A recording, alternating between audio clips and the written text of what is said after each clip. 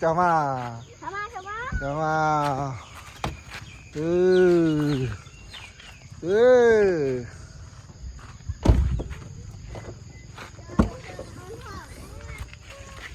Chơi bao mình đã mà.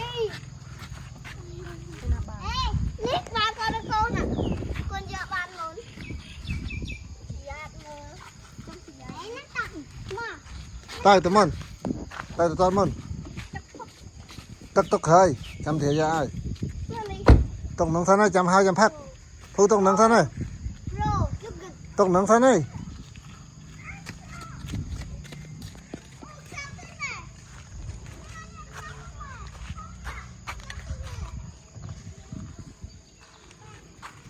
Mua đây.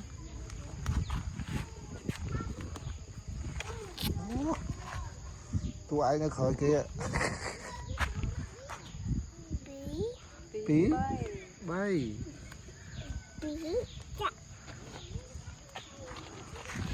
Tao à. Đi.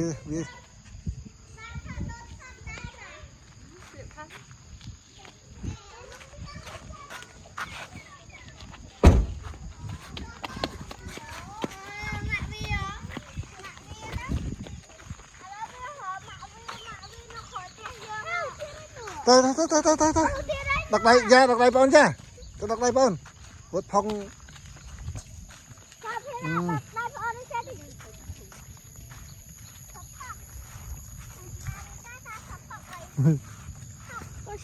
Đào về smile.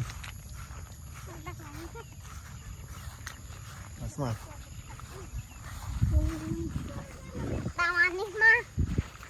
Lại. Đây chưa?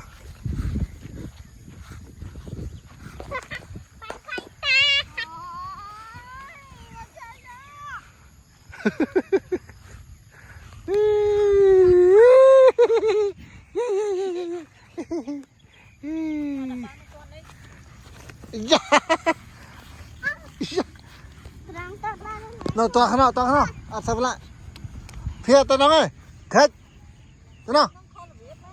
Ê, khăn này.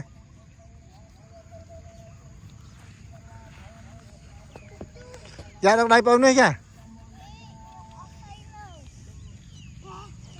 Không ta cắt.